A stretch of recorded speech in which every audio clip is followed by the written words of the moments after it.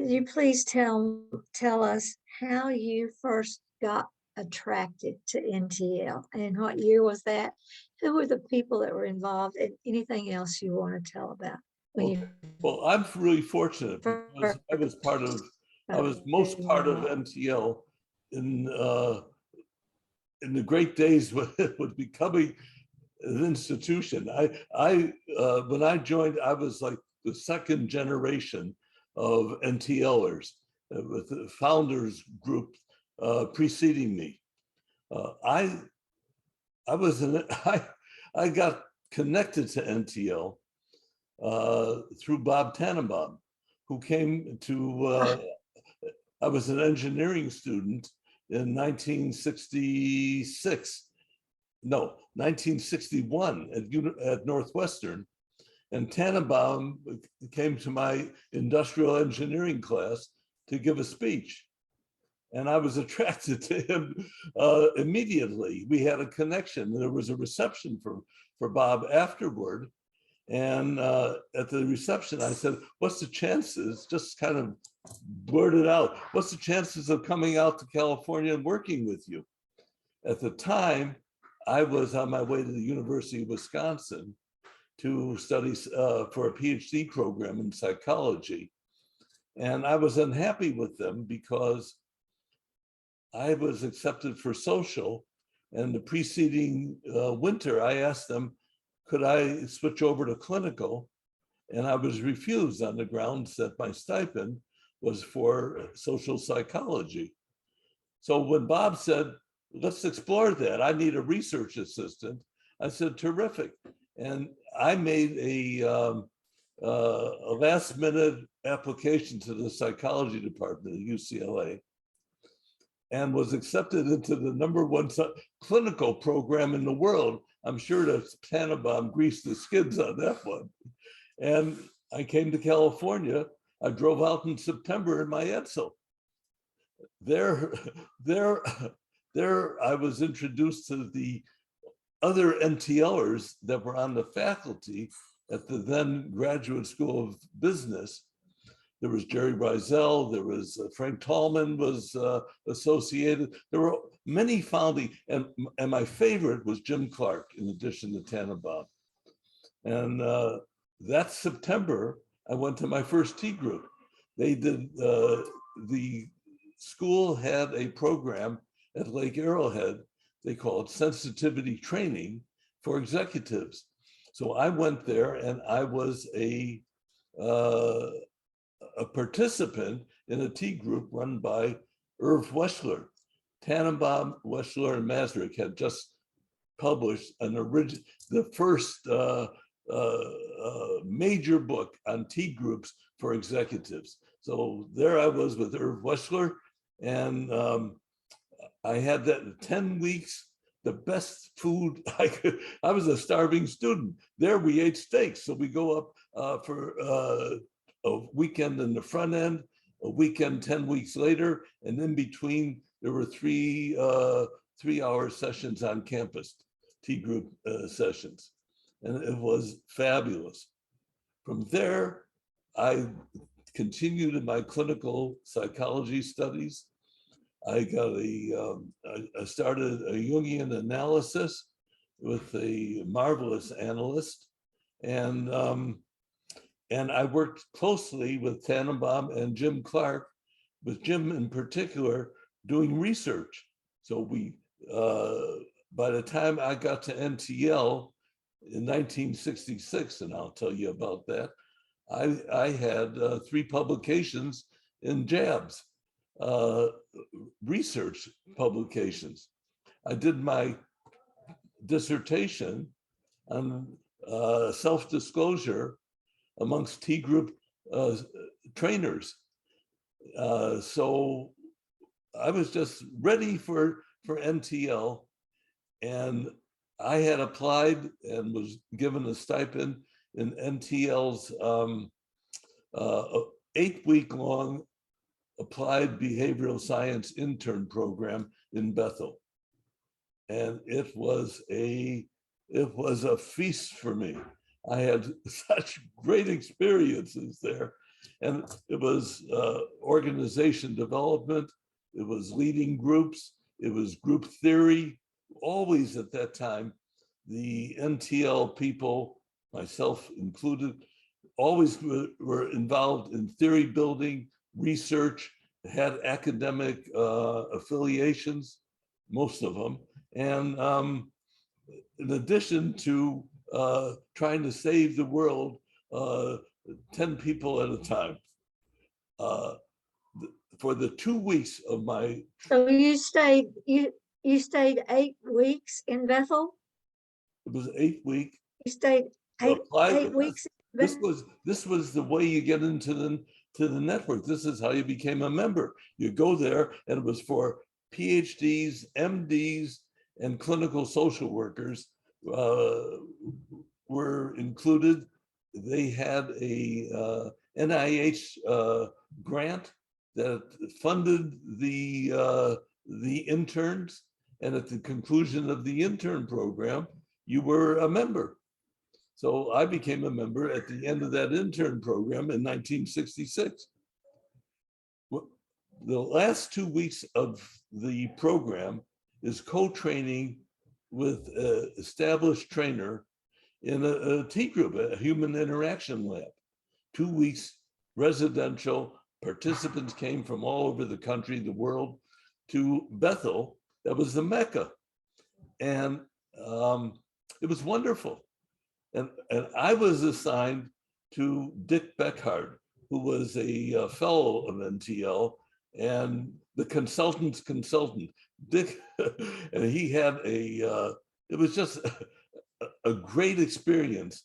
And I was staying, I was provided a cabin on a lake. I'm trying to remember the name. I forget the name of the lake, but a little lake, and the cabin had its own boat, and another NTL intern, David Peters, who I'll just for color, he started after about 3 weeks. He hooked up with with one of the state police's wife, so, and he was having an affair with her. He had a Porsche, and that cop and David Peters were racing up that highway, chasing each other. It was really something. So at the conclusion of the 8 weeks, Lee Bradford came and offered me a job. He wanted me to go join the central office staff.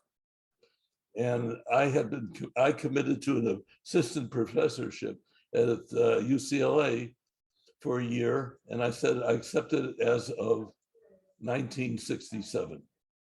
So July 1967, I arrived at Bethel to start my full-time employment on the central office staff. My first assignment was the liaison to the intern program, the 8-week program, and I joined the staff that year, and the staff was Will Schutz, who was the guru of Esalen, Barry Oshry, conflict management, and Warren Bettis, who eventually became best friends with me, and I best friends with him. And so I co-led a group with Barry, and Will and Warren had their groups, and it was explosive up there because this is the 60s. Everyone's experimenting. In week 2 of the intern program, 2 of the interns exchanged spouses. Craig Lundberg from Sweden and Hal Kellner from Boston. So now Hal's with this tall blonde lady, and Craig is with this very attractive Jewish Boston accented lady. It was really, and everybody else in Bethel was on edge because what the hell is going on in Bethel? What is going on in these tea groups? So that was, I'll stop for a moment. I know that you wanted to but I had this prepared. I wanted to set the scene for now. I moved to Washington, D.C., joined the central office staff. I'm housed with Charlie Seashore, and I share a little suite in the NEA building across the hall from Jerry Harvey and Warner Burke. And down the hall are the Kurt and Dorothy Miles. And this was just everybody you'd want to learn with and from were there. And in those days, it was tea groups round the clock anyway. Edie Seashore was looking out for my wife. So Charlie and Edie would come over. We would drink in the afternoons after work and scream and shout and make each other more whole if we could. And if we couldn't, we would go down trying. It was just a wild period for me. And my assignment was, they made me director of intern training and program director in organization studies. That was my assignment, although I didn't get much help on what I was supposed to do. And which I didn't mind, because it was just all these opportunities to staff and learn and work. So 1968 and 1969, I oversaw the selection of the interns for the 8-week program in Bethel. And I also, and I worked on projects. I would get leads, and either I would staff the lead or I would find somebody to staff it. And it was, I worked like crazy and never had a better time or was treated better. So the other thing that you do in Bethel at that time, and you do in Washington as well, is you have to play golf. That was the way you got socialized into NTL. Leland was a very competitive golfer, and Charlie was a decent golfer, and Jerry was a very good golfer, Jerry Harvey, and Leland, and I was the worst golfer, because I only played golf for fun and for the adventure of it all. I could hit the ball a mile, but then we had to send out the dogs to find it, because nobody knew which direction was going in. Hold on for a second. I just blurred. I have to go on and off camera.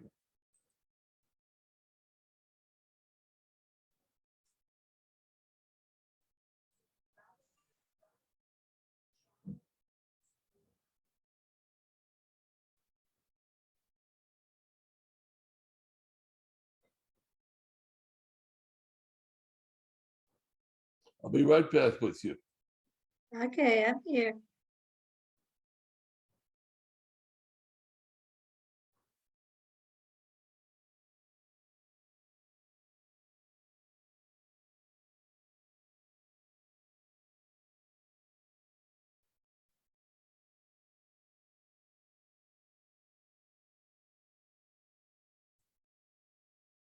Okay, I got that one.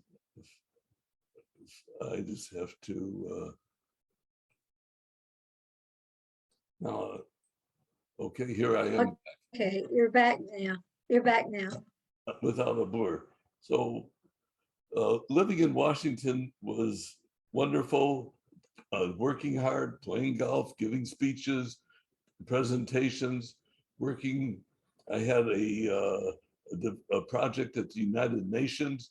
I had another one with the Christian Brothers that I was able to subsequently write up and publish in Jabs. For that one, they were going through Vatican II was had just transpired, and the order was really having growing pains to liberalize itself, with older members being disoriented and disenfranchised with the newfangled stuff that was coming into the Catholic religion, like guitars instead of organs. And I created a laboratory for them, an organization aimed at organization change, and with I brought Bob Tannenbaum in for that. We did it in I think Baltimore area, and it was called the Baltimore Provincial, and he worked with the elders, and I worked with the priests or the brothers, the teaching brothers, and we brought in a doctoral student from UCLA, Ken Beal, to work with the novitiates. And we would then have meetings where we brought them together to talk about the issues, listed it on newsprint like you're supposed to. It was so from the United Nations to the Christian Brothers to Guatemala and the Peace Corps, I had projects going, and I learned so much. I was always learning, and that was what NTL meant to me in this, and it did for so long. By 1969, my head was abuzz. I had learned too much. I needed to write it down, and I had accepted the NTL job for 2 years. At that time, Leland was retiring, and Warren Bennis had accepted the job. At the time, Warren had been provost at SUNY Buffalo, and he was a very golden character. And he had accepted the job, and but he had stipulated some conditions that the board hadn't been able to fulfill, and he declined the job, and Vlad Dupre took the job. At the last minute, they were able to recruit Vlad to take the job. My last assignment for NTL was again in Bethel, leading the intern program for 8 weeks. Again, at the end of the program, the last 2 weeks, the intern staff a human interaction lab, and in that and one day, I'll give you just a quick vignette of because it's such a sweet story. One day in that lab, an intern, assistant professor from University of Cincinnati at that time, Brendan Reddy, who eventually became the head of the department at the University of Cincinnati, and wrote books on group theory and practice, came to me. He says, who was paired with Abraham Maslow. He said, Abe won't let me talk in the group. I said, huh? He said, yeah, when I talk, he shuts me off or he cuts me off and he goes on. I said, I'll talk to Abe. So I said, Abe, when you're finished with your lunch, would you take a little walk with me? And we took a walk, and I said, Abe, Brendan says you won't let him talk. He says, that's right. I said, well, you realize that the purpose of the co-training experience is for him to make interventions and you to critique him after the lab, help him to get a little bit better. He says, the guy bores me. I said, hey, he said, I'd much rather hear myself talk. And I threw up my hands. I went back to Brett and said, I think you're out of luck on this one. Oh, how funny, how funny. Yeah.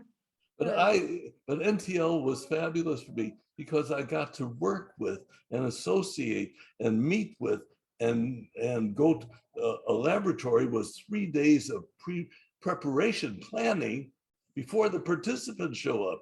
And then when the participants have free time, we're in there talking with each other and engaging. So, but I worked with everyone, just everyone. And those associations and friendships carried out through my whole career up until now, because None of the guys are around. So I went back. Should I continue? Oh, please do.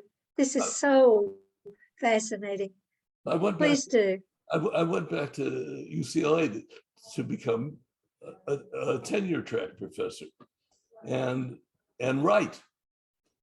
But when I went back there, whereas it had been the mecca for T groups, and it still was, with about 10 full-time faculty who could run T groups and were teaching those each semester, the quality of working life people had centered themselves at UCLA.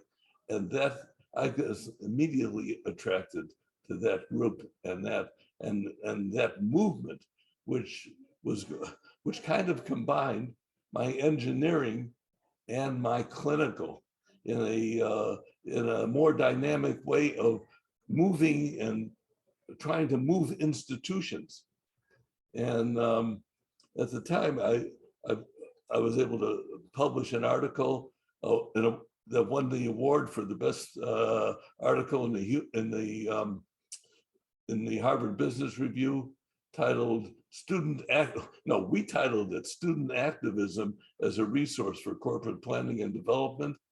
And of course, they renamed the article something that even though that was the article appeared with, I never, I can't even remember the name, but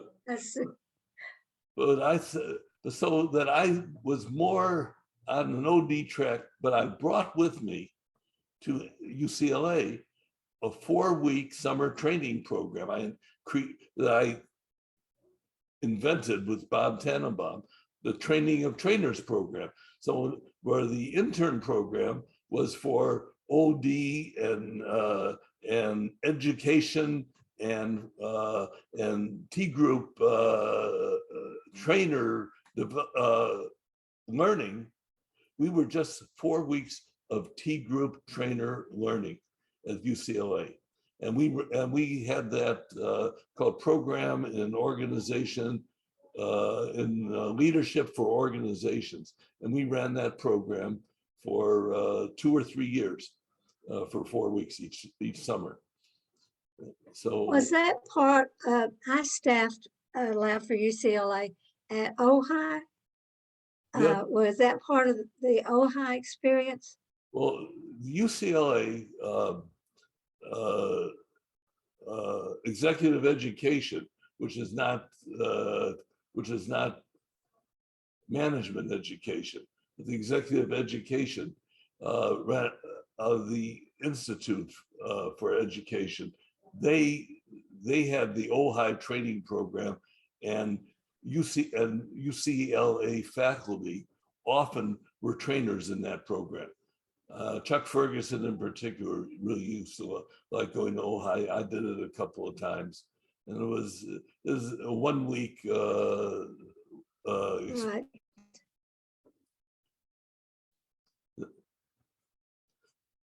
So at UCLA, I would go back to Bethel every couple of years, and my last time I had gone back to Bethel was to Dino, a human interaction lab of 4 or 5 groups, was 1980. But then the last time I went to Bethel was in 2005, when my new wife of then 9 years was going to take, 7 years, was going to take enrolled as a participant in a human interaction lab. And she's my current wife too. And so she went there, and Charlie Seashore and I spent that week playing golf together. And on the 3rd day that we were playing golf, at one point I said, it's interesting. I'm thinking back, and I think, I didn't have a supervisor, but I thought that you were my mentor. He says, not only was I your mentor, but I was your supervisor too. So I found out 30 years later that Charlie had been my boss. But that was the milieu. That was the milieu in central office. That we. Oh, It was so collaborative, so participative. Even Lee Bradford, when he really wanted to put his foot down, he would say something like, "Now all of us have we all have one vote, but I want to cast my very strong vote for." Then we knew that was hear okay. that voice going, huh? Yeah, yeah, right. Well, I might have been the overall dean when your wife was there then, because I was the overall dean in Bethel for about 20 years. So I might have even known her. That would have been fun. How So, about that? yeah. So what year did you say was the last year that you went to Bethel? I think 2005. And I was, Right. So how have you excuse been me, involved with NT? I'm blurring again. It is my transmission here. I'm going to leave just for a second more. I'm so sorry.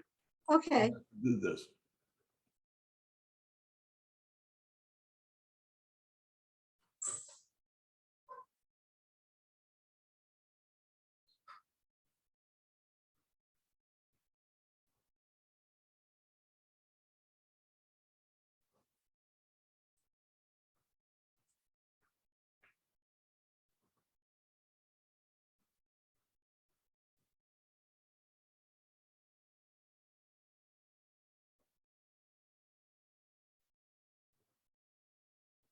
Here I am.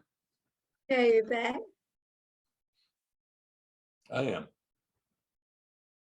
So do you have any other memories of the early days that you want to share with us? Because, some of our newer members, they have no knowledge of what you're talking about. I, And so I, it's I really had guessed that. valuable. I had guessed that this was a different era. The last NTL, I recently, I'm just new with NTL again, a couple of months, but but the last experience I had with NTL was a disappointing one for me. I had published a book uh, that was aimed at real, at deep change for the country and for management, called "Get Rid of the Performance Review." Oh, yeah, I saw And that. and I published it after having a very successful article in full page in the Wall Street Journal. And it was a topic I felt very passionately about. And there was some conference in 2007. I forget the title of the conference, but I arranged with the publisher to bring 100 books to give away. And they sent them there directly, and I gave them away, but I didn't get any traction from people. The book was very successful, and it's had tremendous impact, not as much as I would like. I've never changed the world, even though that's what I wanted to do, to participate in doing, in humanizing the work environment. And in fact, what my UCLA website, it says Culbert's out to make the world of work fit for human consumption. But I didn't get much, I didn't get traction. I didn't get connection with people. It was a different group of people. I probably approached them incorrectly, but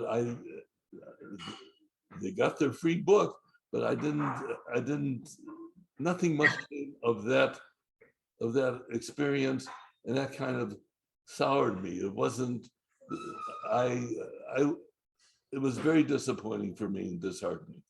And now, So can I order that book online now? oh, you can Is it still? order it. I'll be glad to send you a copy. But yes, you could. You could. Amazon be glad to send it to you faster than I could get you. Oh, good.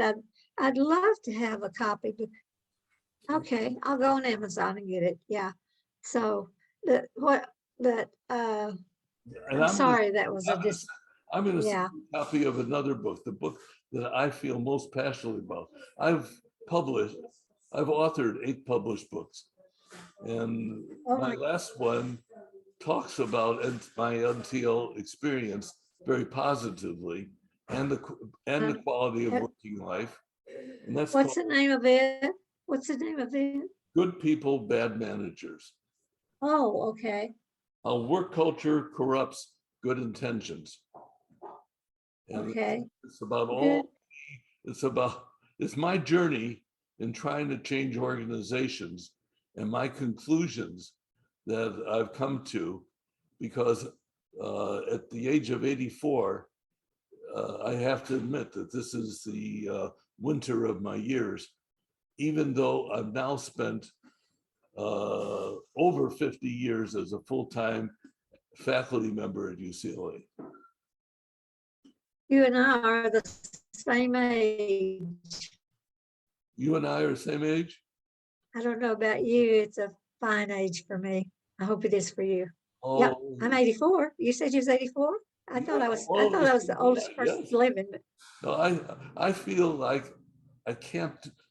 I'm I feel like a young guy's trapped in an old person's body. The mind is cooking, but the body is getting more and more limited, and it bothers me. Well, yeah, it does, doesn't it? But you're still teaching, right? You're still at the university? I am still, you know how you're supposed to put at the bottom of your Zoom, your pronouns, him, Oh, yeah. his. I put down him, his, and trouble. So well, I'll see, you're still being true to yourself. Yeah. So, yeah. No, these guys don't get it, and they keep So, making it worse.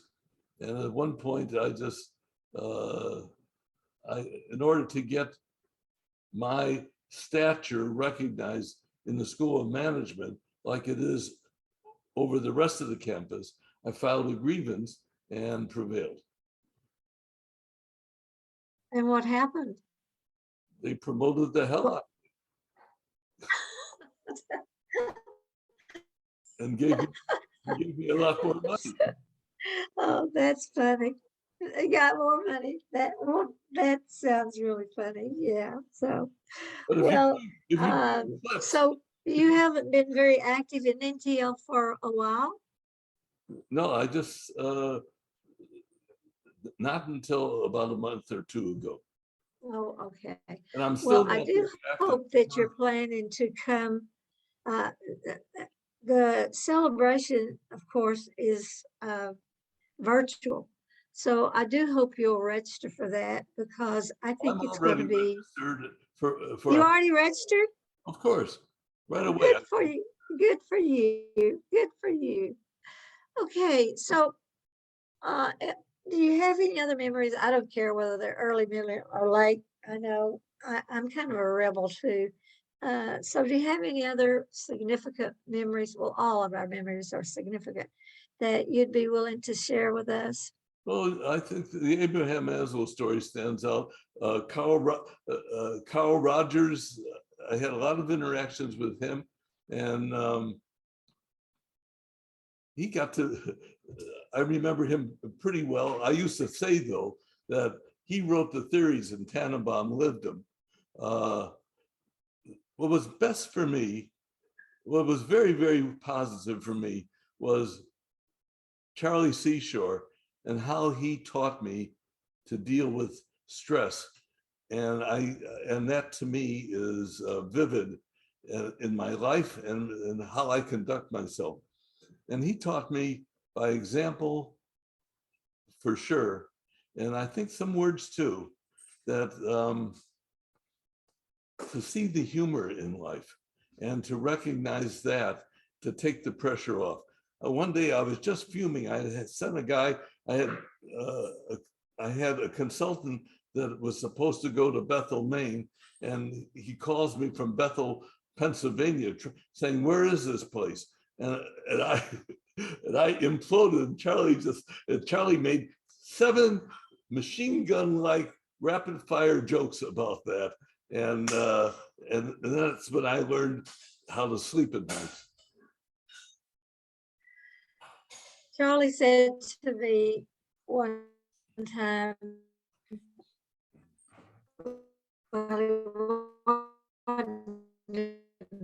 Oh, Barbara, you're breaking up on me now.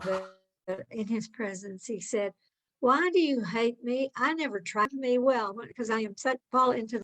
Why do you hate me? I never tried to help you." So I just think that, and I think, why am I trying to help this person? Why am I? They are competent and they do not need me to interfere. So I have fond memories of Charlie too. He was really I love influenced. Evie. He really influenced me. I loved Evie. We vacationed together in Fort de Marmy, where her parents had a summer residence. It's just, I had my memories of NTL and what I took from NTL and the way I've practiced my science as value directed science. It is not, I'm not out to help everybody. I'm out to help the good guys get better. One thing that I feel frustrated about is that, again, I don't know how many people read it, but I, in addition to my, the book I mentioned, Good People, Bad Managers, I wrote up my methodology that I've evolved over, many, many years. That's, I think, original and valid in a JABS article on trans-organization practice and muckracking. And I consider myself a muckracker. I've published in Wall Street Journal, New York Times. I want to get to the people and show them what is erroneous in their reasoning that leads them to live in a world where they're acting against their own interests and not grasping the richness of human nature and diversity. So, my methodologies in JABS in 2016. So are you trying to look for ways to get that message across? How are you doing that? I would like to get some more readers. And I was written about in the Palgrave Handbook of Organization Thinkers. And in there, my methodology and my work is summarized. And I felt very good about being included in that volume. Well, do you do any public speaking?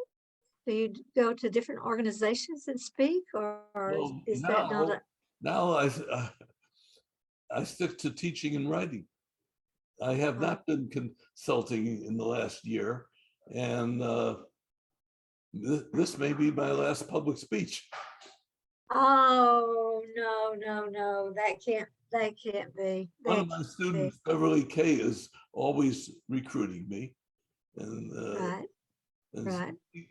And she is not quite as advanced chronologically as we are, but she's up there with us, and she's speaking all the time. This lady is a dynamo. She's got so much wonderful, good energy. Oh, good for her. Well, okay, we only it's supposed to be 40 minutes long. And what would be your wish, or in appreciative inquiry language, your high dream for NTL and the future of NTL? Well, I wish that let me tell you what's wrong, what I see is wrong with the Democratic Party these days. And I think it's a similar dynamic that I sense. Haven't been involved enough to know for sure, or to have strong feelings. The Democratic Party has a problem. They take on every issue about equity and social justice. And in the process, they miss focusing and staying on one or two themes that could get them more votes, that people could grasp. They're for everything.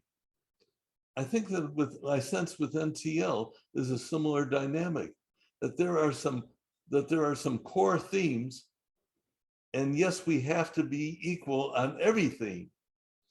But when we get but what I've seen are people involved in issues and they lose focus on the big issues. And there's not time to do both. And it becomes a figure ground issue for me. And that there's something about the camaraderie and the values maybe that need to be more assumed with the other issues in R&D, that there is committees that are researching and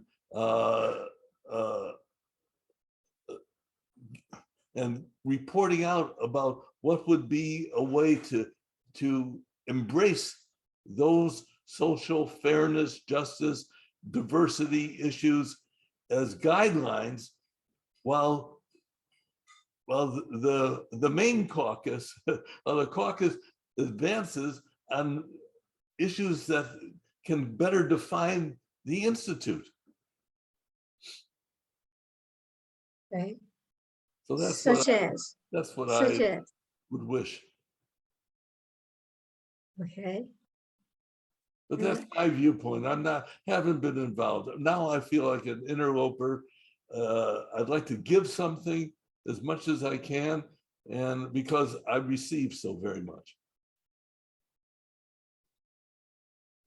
Yeah, me too. Me too. So, well, if I had been a very good interviewer, what would I have asked that I didn't? What do you want to say? Well, that's something that I would say. Are you sure? Maybe we were separated at birth, Barbara.